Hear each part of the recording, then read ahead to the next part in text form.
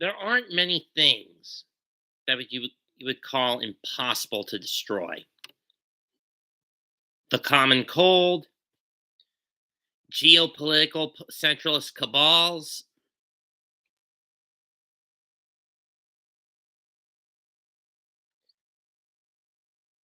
hope,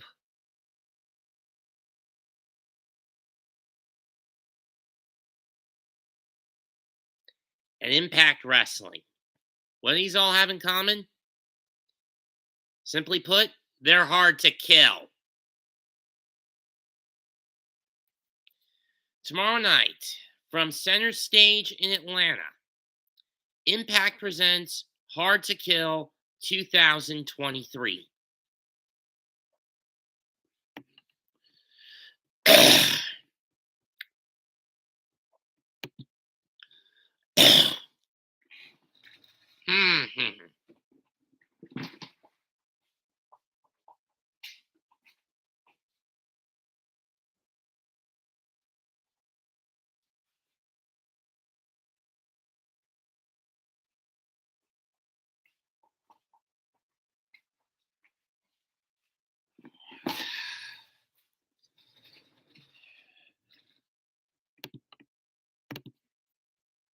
Sorry about that. I had to spit one out.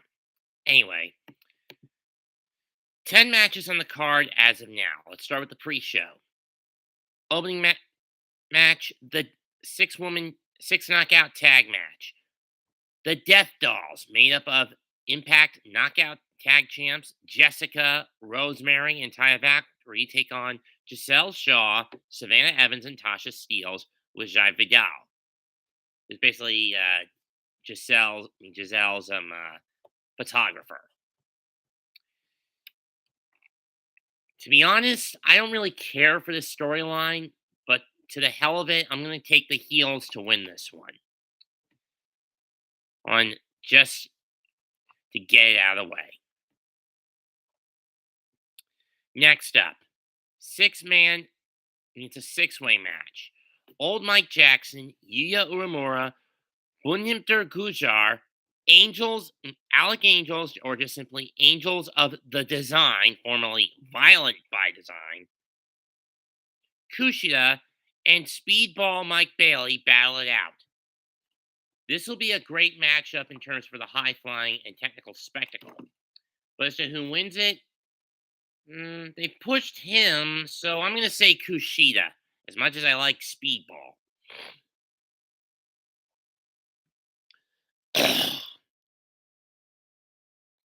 Next up, the digital media title is on the line.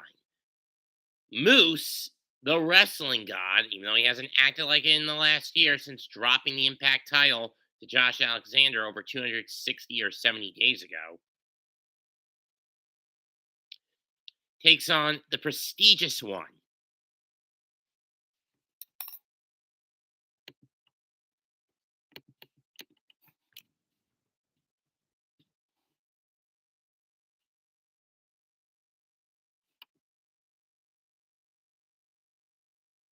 You know, this guy.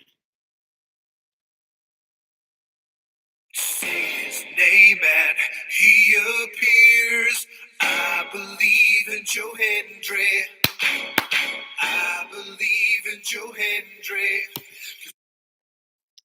And for those wondering, no, I did not say his name. And it's not like Joe's here in the Carolinas right now, so he's just gonna somehow get into my house, into my apartment, and start doing this usual bullshit. And for those wondering, I've only seen Joe in action once and was back in when he was in Ring of Honor just before the pandemic hit, when he was teaming with Dalton Castle.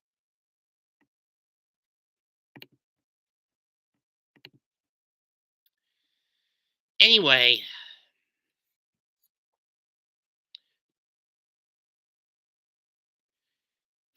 I only know of Joe. I've kept some hint of track of. For those who don't know who this guy is, he's a Scottish wrestler who got his start predominantly in Insane Championship Wrestling, but didn't really get much notoriety here in North America until What Culture Pro Wrestling / Defiant Wrestling came into existence back in 2016. after the company folded in 2009, where he was a former world champion and its final internet champion. After the company folded in 2019, he got snatched up by Ring of Honor. During the pandemic, he got shipped back to Scotland, where he was stuck for the better part of a year. After Ring of Honor got sold into the AEW umbrella, he was one of many who did not make the cut, so he hopped ship to Impact, where he's been since. Ever since. The local hero, the prestigious one, whatever you want to call him, he's good in the ring, but he's not one of my favorite wrestlers. Especially with this gimmick, I find it too stupid. I mean, yes, he's also a musician, for those wondering. But again, he's not one of my favorite for individuals. Was in the ring. I mean, he may think what he's been doing the Moose is funny, but it's all fun and games, but the games come to an end tomorrow. I'm taking Moose to win the digital media title and basically break Joe Hendry in two. Sorry, Joe. It's been fun while it lasts. Four-way match to determine the number one contendership to the Knockouts title. Deonna Purrazzo, Killer Kelly, Masha Slamovich, and Taylor Wilde all collide. 3 heels and a babyface. Taylor's the odd one out. So, but between the other 3, Deonna and Masha have already had their shots. I'm going to take Killer Kelly to win this one. Let her get the next crack at the knockout title come No Surrender in Las Vegas, February 24th. In February.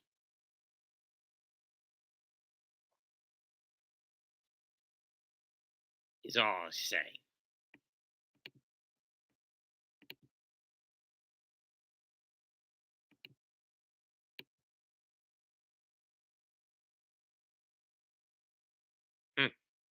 And those two mixed up. Anyway, next up. Eddie Edwards against Johnathan Gresham. This centers around their Ring of Honor their roots in the original Ring of Honor. But where Eddie is trying to get rid and detach himself from his past as an honorable competitor, as the past year he has spent it basically spitting on the concept like it's dirt, because he felt that during the time Kenny Omega was the Impact World Champion in 2021, Scott D'Amore was passing him over for title shots. And when you consider that for the better part of a decade, Eddie is stuck with the company through the good and the bad times, you could see his point. But on the other hand, this is not a healthy way for him to go about it. Gresham, on the other hand, is a guy that is all about honor. He calls himself the Foundation. The Octopus is a man who wants to try to bring Eddie back to who he used to be. But is this going to help? I don't know. Eddie's in a state of mind where it's not safe for him. But these are 2 very talented technical wrestlers.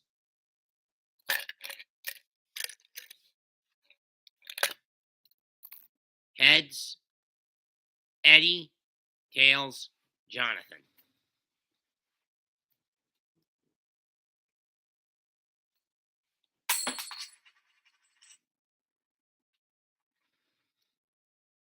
Heads. I'm going Eddie. I'm going Edwards. Because I don't want it.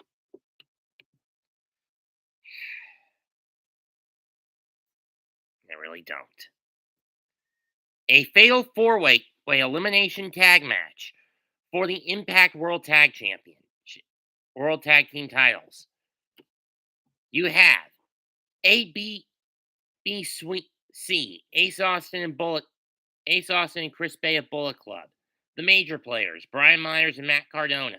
Heath and Rhino, and the defending champions, the Motor City Machine Guns, Chris Sabin and Alex Shelley, colliding. Last team standing leaves with the gold in hand.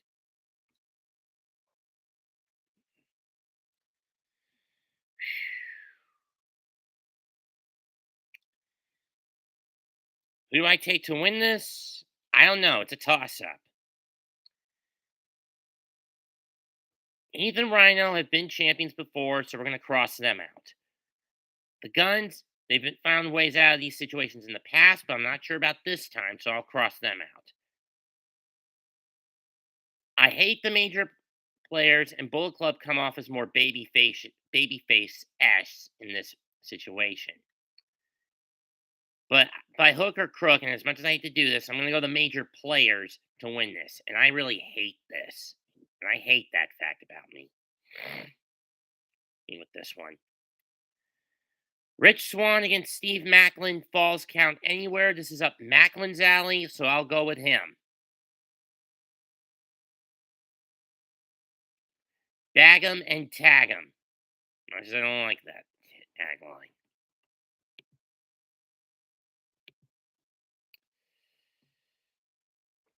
For the X Division title, Trey Miguel defends against the Decay's Black Taurus. This is going to be too easy. I'm taking Trey Miguel, because I don't like his new heel attitude, to retain the X Division Championship. Who gets it off him? I don't know. Maybe it's Speedball. Maybe it's someone like Uemura. Maybe the Sauce, Alex Zane when he comes back from his tours of Galate in Japan. Maybe Kushida gets it off him. I don't know.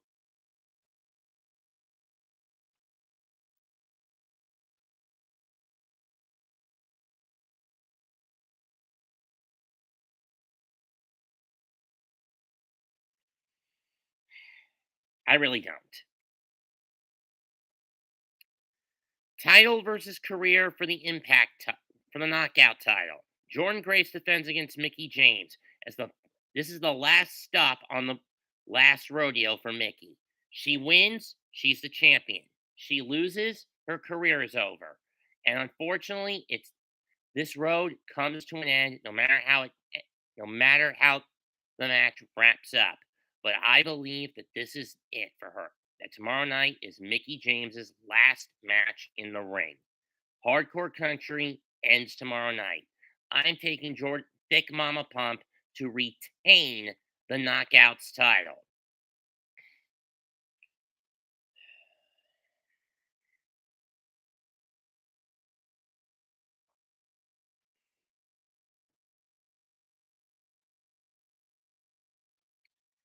Finally, the main event. Full Metal Mayhem for the Impact World title. Bully Ray. Call Your Shot title match, which he got by winning the Battle Royal at Bound for Glory, in the Gauntlet at Bound for Glory. After months of manipulation to get this title opportunity, he goes one-on-one with the walking weapon, Josh Alexander. But this won't be a wrestling match. This will be a goddamn fight. Only way to win, get a ladder, climb it, and take the belt down. And when you consider that Bully's got a couple of lackeys with him, this is going to be a little harder for Josh.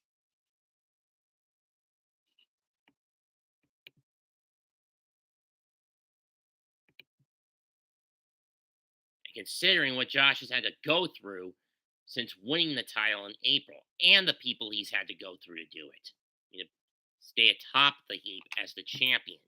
Let me run down Josh Alexander's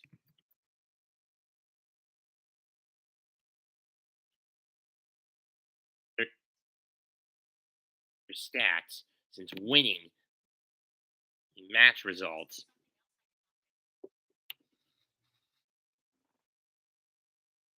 Stupid Siri. Since winning the Impact World title back in April. Let's run it down. Down the guys he's beaten for it. Since beating Moose back on April 23rd at the Rebellion pay-per-view, he won a rematch against Moose. It was the next night. Retained against Tomohiro Ishii at Under Siege on May 7th. Retained it at a DWW show against Gabriel Fuerza. Retained against Mike Drake at AML in Winston-Salem at the end of May. Retained against Eric Young at Slammiversary. Retained against Aiden Pierce at Greektown Wrestling. Retained against Joe Doring in June and July, respectively. Retained against Jacob Fatu in a no contest at Ric Flair's last match at the end of July. At the start of August, in the middle of August, he retained against Alex Shelley at Emergence.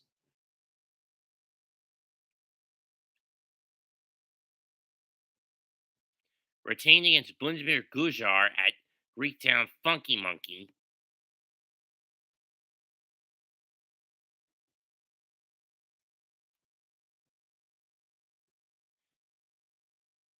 Retained against Masha Slamovich at AAW.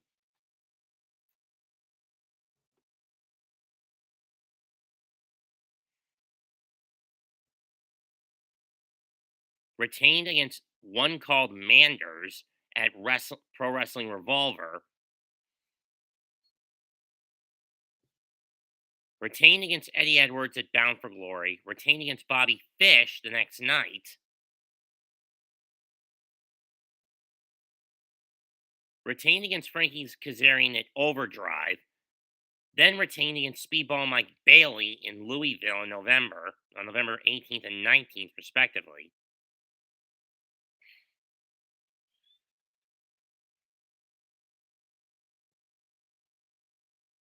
Retained against Moose in a dark match. I don't know why. Retained against Kevin Blackwood at Greektown. And a title unification match against Channing Gecker for the Greektown World title went to a no contest. His most recent Impact title defense, December 22nd, against Harlan Abbott at TTW. At Top Talent Wrestling out in Edmonton.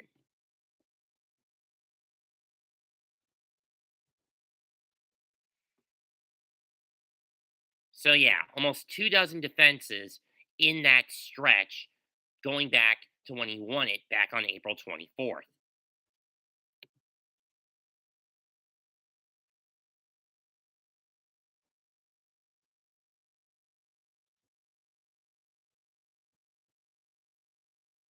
Or April 23rd, excuse me, 23rd.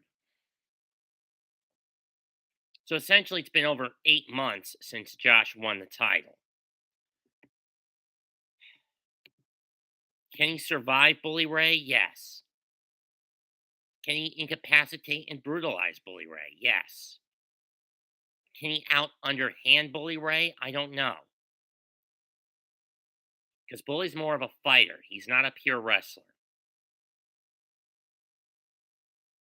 And unlike Josh, Bully doesn't have any qualms with playing dirty.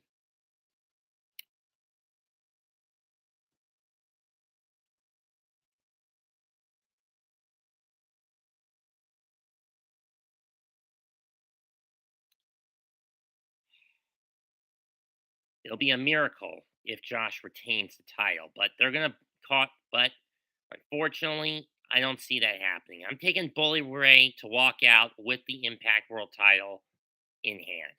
And I'm disgusted with myself on that pick. I really am. I don't have anything else left to say. Leave a comment, smash a like, sub the channel. Mets2128 signing out. Goodbye. Good fucking night. Bang. We'll see how things pan out in Atlanta tomorrow night.